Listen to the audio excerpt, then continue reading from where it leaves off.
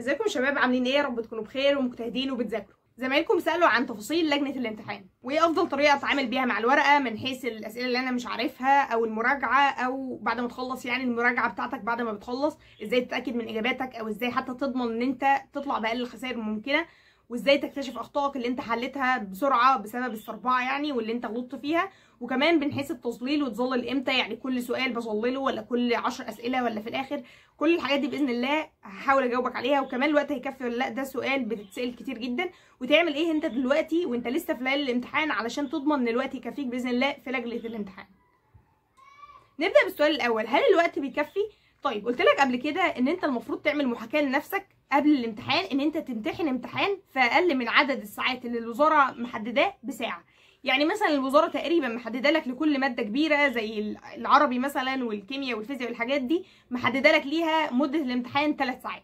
فانت تعمل لنفسك محاكاه وتحلها في ساعتين بس، فده هيساعدك كتير ان انت تبقى سريع في اللجنه، انت تحل بسرعه جدا في الساعتين وتظلل فيهم كمان. وعشان كده قلنا اتدربوا على ورقه البابل شيت. طب انت ما اتدربتش على ورقه البابل شيت، يعني مش هتلاقي الصعوبه اللي هي قوي. يعني انا في كتير ما كنتش اتدربت على ورقه البابل شيت وما لقيتش ان هي صعبه يعني، ولكن الاحسن ان انت تتدرب عليها. اعمل ايه برضو علشان ان انا استثمر وقتي صح في اللجنه؟ لقيت سؤال مش عارفه تبدا تعديه وتشوف اللي بعده. وخلي بالك ممكن تلاقي اصلا اجابه سؤال في سؤال تاني. وحصلت معايا في امتحان الاحياء ان انا ربطت الدنيا ببعض، سؤالين كانوا على نفس النقطه وحاولت اتوقع كده هو عايز ايه، والحمد لله جم صح. فكل حاجه انت مش عارفها عديها وان شاء الله هترجع لها تاني، كده كده مش هتسيب سؤال فاضي باذن الله. وده على فكره مهم جدا، اوعى تسيب سؤال فاضي حتى لو خلاص الورقه بتتسحب منك وانت مش عارف السؤال. اعمل اي حاجه على الاقل يبقى معاك 25% ان انت تبقى حليت صح، يعني من اصل 4 اختيارات في احتماليه ان انت تبقى حليته صح. وبالنسبه للمقالي لو كتبت اي حاجه ان شاء الله برضو المصحح يحاول يديك عليها اي درجه. فتاني نرجع لجزئيه ان انت بتحل بسرعه دي، المفروض ان انت تبقى سريع، تقرا الاسئله بسرعه، ما تقعدش يعني انت مش في البيت ما تقعدش اللي هو سرحان انت والسؤال. حاول دايما ان انت تستعيذ بالله من الشيطان الرجيم وتسمي الله قبل اي سؤال. لو لقيت صعب عليك عديه وخش للي بعده، وان شاء الله هتلاقي له وقت في الاخر وتظبطه. على فكره في حاجه كانت بتطمني نفسيا جدا، ان اثناء ما انا بظلل كنت بفضل اقول اذكار وبقول بسم الله الذي لا يضر مع اسمه شيء في الارض ولا في السماء وهو السميع العليم طول ما انا بظلل. او كنت بقول سبحان الله وبحمده سبحان الله العظيم. او كمان كنت بدعي لنفسي دعاء بقول يا رب يا وهاب الهمني الصواب في كل سؤال وجواب. الحاجات دي بجد وانت بتظلل كده بتلاقي ان هي ريحتك نفسيا، وبتحس ان انت بتاخد حسنات حتى وانت في قلب اللجنه يعني. فدي حاجه كويسه ان شاء الله ان ربنا يكملها معاك بالستر ويلهمك الصح فعلا. طيب تاني حاجه التظليل. هل التظليل المفروض ان انا كل سؤال اعمله اظلله؟ لا، لان انت ممكن تكون مش متاكد من اجابتك. فالمفروض ان انت مثلا خلصت صفحه الاسئله دي، فيها مثلا كراسه الاسئله بتبقى فيها مثلا كل كراسه فيها من كل صفحه بيبقى فيها من سؤالين ل3.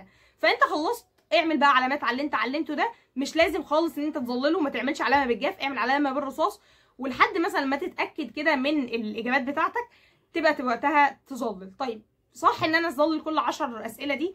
بصراحه مش شايفه ان هي صح قوي، لان افرض ال10 اسئله اللي انت ظللتهم طلع فيهم غلط وانت عايز تخلصهم.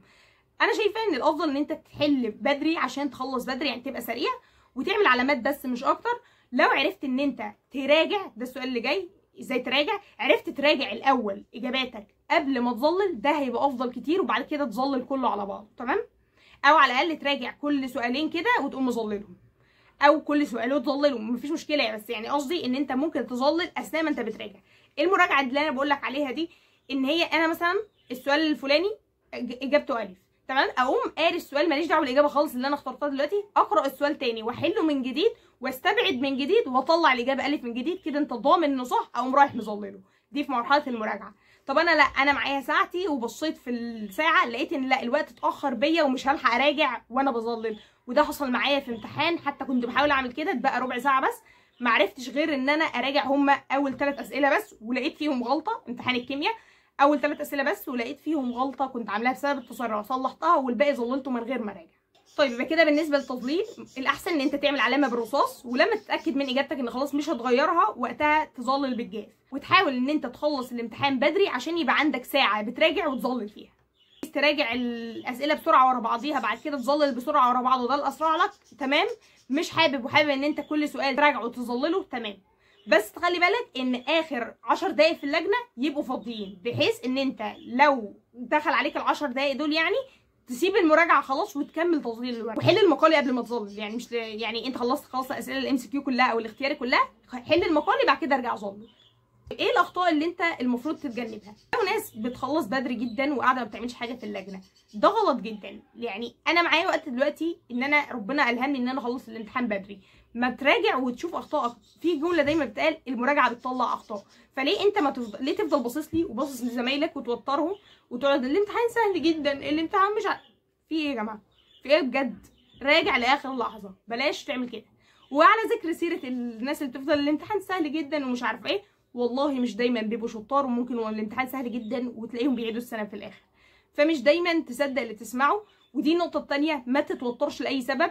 الامتحان سهل صعب، غيرك بيحل غيرك بيعيط، ركز في ورقتك وبس. لان حصلت ان في امتحانات مثلا انا كنت بحل وبركز والكلام ده، الاقي اللي جنبي بيعيط. لو انا وقتها التفت اللي بيعيط ده وتوترت ان فعلا هو بيعيط ليه، يعني الامتحان صعب، انا اللي هتضر ومش هعرف احل. دي تاني غلطه تتجنبها، مالكش دعوه باللي بيقول الامتحان سهل، مالكش دعوه خالص باللي بيعيط. تالت حاجه، ما تنساش تاخد معاك الحاجه اللي قلنا عليها في الفيديو بتاع لجنه الامتحان، هسيب لكم اللينك بتاعه. تخلي حتى والدك والدتك اي حد يسمع الفيديو ويكتب لك الحاجه دي وشوف انت محتاجها ولا لا، حد يجيب لك اساسا يجهز لك الحاجه، لان فعلا حاجات ساعدتني جدا. ومنهم الساعه، اوعى تنسى الساعه. رابع خطأ ما تقعش فيه، اوعى تسلم قبل الوقت ما ينتهي. خد وقتك كامل. الوزاره حاطه لك 3 ساعات، يبقى تقعد ال3 ساعات وتراجع وتعيد وتزيد وتتاكد. يا عم اقول لك على حاجه، اقعد حنت في البابل شيت كده وخليها مش طالعه بره، تمام؟ لو حتى انت معاك وقت للدرجه يعني. بلاش اللي هيطلع الاول مش هياخد جايزه، بلاش اول ما المراقب يجي يقول يلا ممكن تسلموا الورقه دلوقتي تقوم رايح مسلمها، لا، خد وقتك كامل. كده انا قلت لك على الحاجات اللي عايزه اقولها لك. لو عندك اي سؤال لاي ماده اكتبها لي. وفي ناس سالت على موضوع الكافيين، يا جماعه لو انت اول مره تجرب بلاش تجرب يوم الامتحان الصبح ان انت تشرب قهوه او الكلام ده، عشان ما تتوترش، عشان التوتر اساسا، عشان يعني مع التوتر ما تتعبش، تمام؟ فالافضل ان انت تكون واخد على الحاجات دي من قبل كده. طيب الدنيا معاك مش الطف حاجه وحاسس نفسك هتنام، يبقى اشربها قبل الامتحان بكام ساعه، وتكون كمان فطرت كويس، تشرب كميه ميه كويسه علشان ضغطك ما يتاثرش وما تتعبش. لو وصلت لهنا ما تنساش تصلي على النبي وتكتب لا حول ولا قوه الا بالله في الكومنتات، واشترك في القناه واعمل لايك للفيديو ده، واكتب لي اي سؤال عندك وان شاء الله هرد عليك. يا ابطال فاضل شويه صغيرين وهتبقوا طلبه جامعيين، وهتجولنا بقى الجامعه، وبقول لك برضه على نصايح تفيدك في الجامعه. ادعوا لي عشان لسه عندي امتحانات.